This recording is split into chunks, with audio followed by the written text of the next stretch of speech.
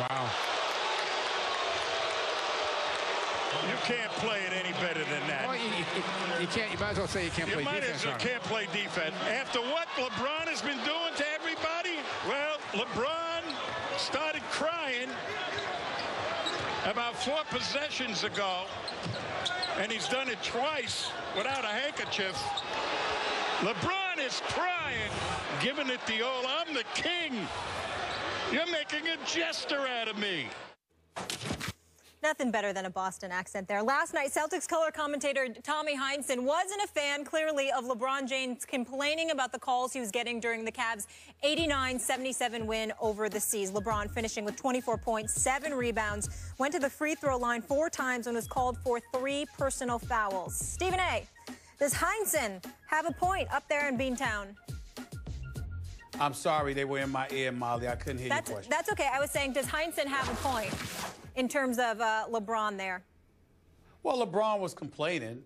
There's no question about that. But, you know, it's hard for me to answer whether he had a point or not, because what I heard from Tommy Heinsohn is what I always hear from Tommy Heinsohn. Skip, I got a little secret to tell you. I don't know if you know this about me. If I don't watch the Celtics too often unless I have to, all right, because I got other things to do, other teams to cover, et cetera, et cetera. I'll go to, you know, a game occasionally or watch a big game of theirs on television. But I got to tell you, Tommy Heinsohn has always been must-watch television for me. If I know he's calling a game, I don't care if I get to turn it to CSN for 5 minutes. If I get to listen to Tommy Heinsohn to broadcast as color commentator, the color commentator on their broadcast, I'm going to turn it to that channel. The second I see CSN and Boston Celtics, I'm going to try to find it for 5 minutes to watch him, because I find him to be the most hilarious color commentator in the nation. He is straight comedy, no objectivity whatsoever. I mean, Skip, first of all, let's be honest, and I'm not mocking him in any way. This dude is a Hall of Famer as a player with the Boston Celtics. He's a Hall of Famer, coached the Boston Celtics from like 68 to like 70, you know, 69 to like 78. He's a Hall of Famer as a coach. Yep. Okay, he won a championship as a player, as a coach. You know, he's been in there as a color commentator. The guy is the only guy in Celtic lore associated with all 17 championships on their resume. This guy is phenomenal. There's no question about that. But I would tell you, he has no objectivity. Skip, you foul a Boston Celtic. Tommy, it's not beyond the pale for the hit Tommy Heinsohn talk about how you should be arrested for assault. I mean, he takes it there, man. The stuff that he says in favor of the Boston Celtics. I mean, if the Boston Celtics were on trial for anything, he never has to worry about being called for jury duty, because he'll never say anything against them. Everything they do is right. They're always the victim when it comes to Tommy Heinsohn. I mean, and he will go to another, and I'm not knocking him for it. He is a Celtic through and through. If you are a Boston Celtic fan, there is no one on the planet you should love more than Tommy Heinsohn, because he is going to support this organization to the end. It doesn't matter what it was. So when I heard him say that about LeBron, I wasn't surprised at all.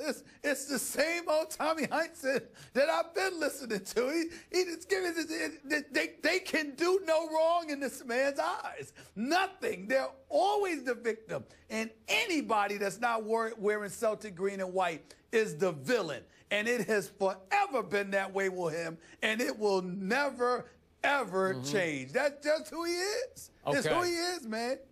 I do appreciate the fact that you brought up what a great player he was and a good coach that he was. And by the way, for those who don't go nearly this far back, when Tommy came out at Holy Cross, his rookie year, he was voted Rookie of the Year over his teammate, Bill Russell. That's how good he was coming out of Holy Cross. That's right. So he was a really good player, just for credibility's sake. Oh, that's important. Now, he has become to Celtic fans what Harry Carey used to be to Cubs fans, and before that to Cardinal fans. And as I loved Harry, but in the end he became Harry Caricature, right? Because he was a little bit, he was so over the top that he became sort of laughable. And some nights, Tommy Heinsohn, and I watch him a lot, can be laughable with his lack of objectivity. I give you that. But I also watch a whole lot of direct TV basketball games in various cities in which I get to hear the local color analysts, and nobody would have the guts to do what he did last night, which was to call out the king. And I must tell you, as I was watching, I stood up and gave Tommy a standing ovation because LeBron deserved to be called out. Again, they were pulling away. They played one of their, it might be the best game Cleveland's played all year. There was obviously some bad blood from last year's playoff series, the injuries going both ways. But I thought that last night, once Cleveland took charge, LeBron did start crying. And he can be, to quote Tommy, a crybaby. And he was, as Tommy said, crying without tears. And he was, in the end, the king saying, "You're turning me into a jester." And I loved it all because last night it wasn't over the top. It was true. So thank you, Tommy, for having the guts or the lack of objectivity, however you want to portray it, as calling out LeBron when he deserved to be in ways that no other local visiting commentator or the opposing team commentator would ever call out LeBron. He did it, and it was right. First of all, LeBron James was complaining about a call. He was complaining about every call. Players do that all the time. That's number one. Number two, Magic. I heard Tommy say that about Magic Johnson. And let's not act like nobody on the Celtics ever complained. I mean, who looked like they were crying more than Danny Ainge when he was playing? Now you're going way back, but not this current team. Wait a minute. I'm making the point that we don't hear Tommy Heinsohn bringing that up. I never heard Tommy Heinsohn sit there and say, "Stop crying." When somebody is crying on a Boston side, when Paul Pierce is complaining, when Rondo or Ray Allen or somebody complained, or when Doc Rivers complained, Tommy Heinsohn, "You go get him." Absolutely right. How could they do that? I mean, this is who he is. I mean, he has, you might stand up and applaud because that's what you want to do with all things LeBron, especially if it's getting at him. But the point is, Tommy Heinsohn, it's not like he's the paragon of objectivity. Don't sit there and say, occasionally, he can go over the top. Occasionally, he's not objective. Please.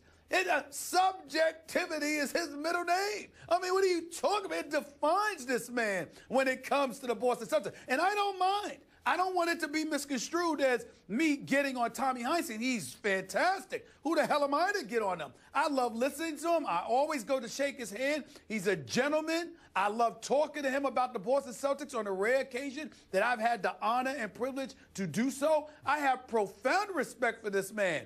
And he is all things Boston Celtics to me. Just don't tell me he's objective. He's not objective at any moment about these Boston Celtics. At all. Okay, this but points of order. Loves his Celtics. Danny Ainge wasn't the king. Even Paul Pierce, as great as he was never the king. Rondo certainly was never the king, but the king is the king, and the king got called out last night by the one guy who has the guts to call him out. Thank you. I'm saying that LeBron James did. Kobe's complained, Magic's complained. It doesn't matter. If you're not a Celtic and you're complaining about the Celtics, to Tommy Heinsohn, you are crying. That's all I'm trying to say. All right. You're crying. LeBron didn't get any Tommy points. No, he didn't. But in the end, he did give some credit to a Kevin Love who got his quote-unquote revenge last night on Kelly Olynyk on the floor and on the scoreboard.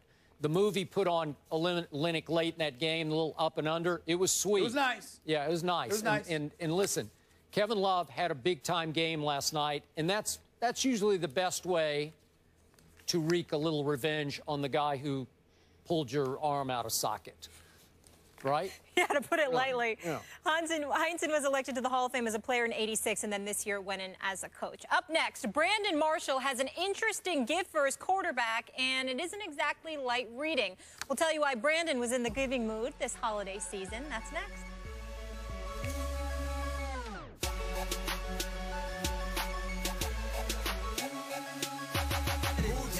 Cruise to that bait, either way that it play. I'm a G. I'm a G. And I put it on the line. I'm a grind till I shine. Homie, promise I'm a E.